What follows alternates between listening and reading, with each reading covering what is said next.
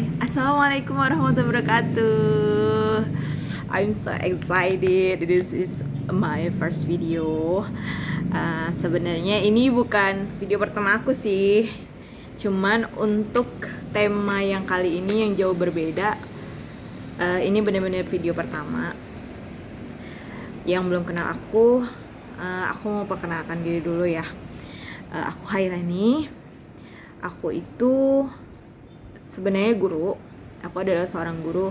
Kurang lebih sekarang itu aku sudah mau 13 tahun mengajar jadi guru di salah satu SMA swasta yang ada di Medan. Nah, video aku ini sebenarnya bukan soal video pembelajaran ya, pembelajaran di sekolah, bukan. Cuman di sini aku mau sharing karena kebetulan diri aku ini suka banget yang namanya ilmu psikologi gitu kan. Jadi membantu banget aku sebagai seorang guru. Nah, ini adalah salah satu pengalaman pribadi aku yang belum lama terjadi di diri aku ya. Jadi aku tuh punya kesukaan itu membagi hal-hal pribadi aku yang bisa menjadi salah satu pembelajaran untuk anak-anak murid, dan sekarang aku mau membagikan itu melewati YouTube ini, melewati video ini ya. Sorry ya, aku agak grogi soalnya aku excited, bener swear aku excited. Jadi lebih tepatnya sebenarnya ini kejadiannya di saat sehari sebelum aku ulang tahun semalam. Jadi aku tuh ulang tahun di tanggal 11 Desember. Nah, jadi di tanggal 10-nya itu sebenarnya aku bener-bener dalam keadaan yang baik-baik aja, sehat-sehat aja. Ya. Jadi aku itu adalah sebenarnya aku mantan penderita psikosomatik. Ya, dari mana aku bisa bilang diri aku psikosomatik? Oke, nah di sini aku bakal jelasin ya.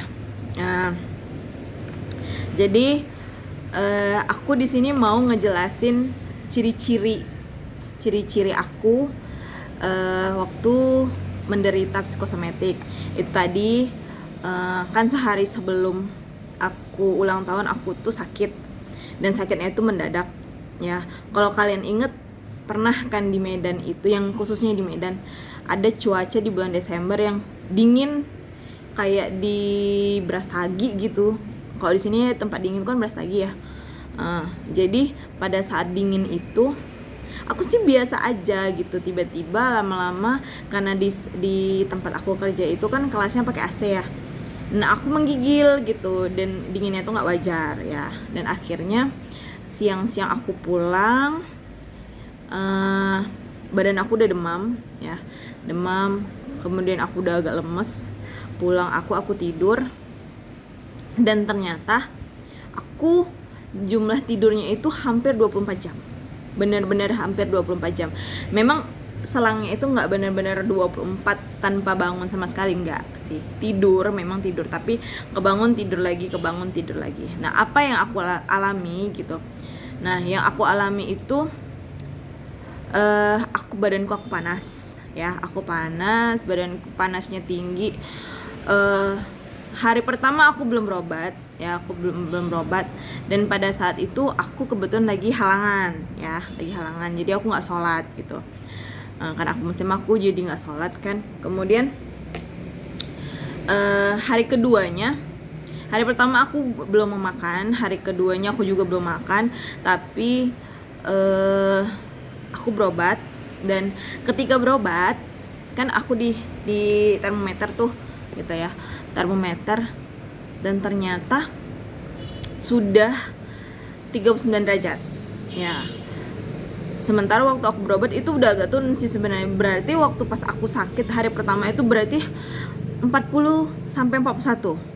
Karena bener-bener panas banget panas.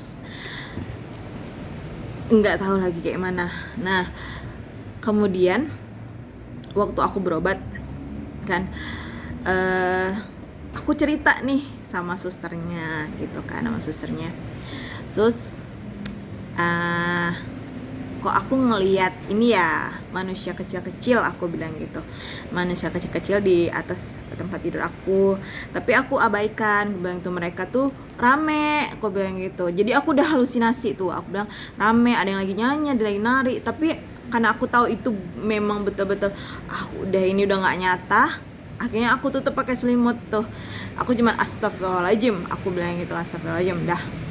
Cuman dia siapa itu terbangun lagi gitu lagi, aku lihat, demi Allah aku benar-benar ngelihat itu. Dan tapi aku yakin di dalam hati aku bahwasanya yang aku lihat itu nggak nyata ya. Dah kemudian setelah aku ceritain semua, susternya bilang, oh berarti si mbaknya ini sudah mengalami halusinasi. Nah kalau misalnya nanti masih demam, katanya rujuknya ke psikiater ya, kata. Waktu dibilang psikiater, oke, aku udah tahu aku kenapa. Nah, karena di situ aku bukan hanya demam, karena perut aku tuh kan punya asam lambung ya. Tapi aku dari dulu meyakini bahwasanya asam lambung itu bukan semata-mata karena kita telat makan, tapi karena kita itu lagi lelah mentalnya, kita lagi depresi, kita lagi stres, jadi pikinya ke perut gitu.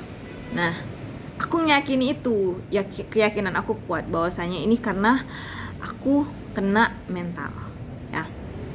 Kemudian aku berobat dah, kemudian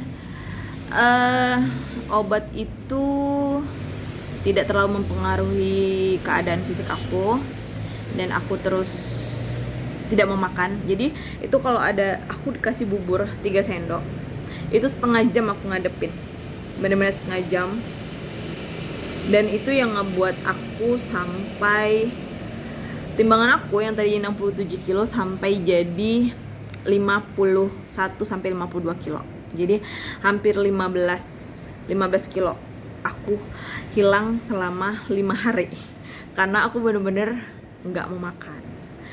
Jadi kemudian masih sakit itu, kemudian jantungku berdebar, nggak tenang, cemas, hati ini cemas banget gitu kan, nggak karuan, mimpi yang aneh, kebangun tengah malam. Kemudian aku ngalami yang namanya, kan aku di dalam keadaan halangan tuh ya gitu. Nah ketika halangan aku benar-benar kayak orang pendarahan. Nah ketika aku cerita sih sama orang tuaku soal aku ngeliatin ini itu, orang tua aku bilang udahlah gitu, mungkin karena supaya aku nggak kepikiran. Tapi ya aku tahu aku ngalami halusinasi gitu, karena aku punya keyakinan kuat. Oke, fine. Kemudian berapa ya, 4 hari, 2 hari apa 3 hari itu aku nggak sekolah, dan itu dalam keadaan itu lagi ujian.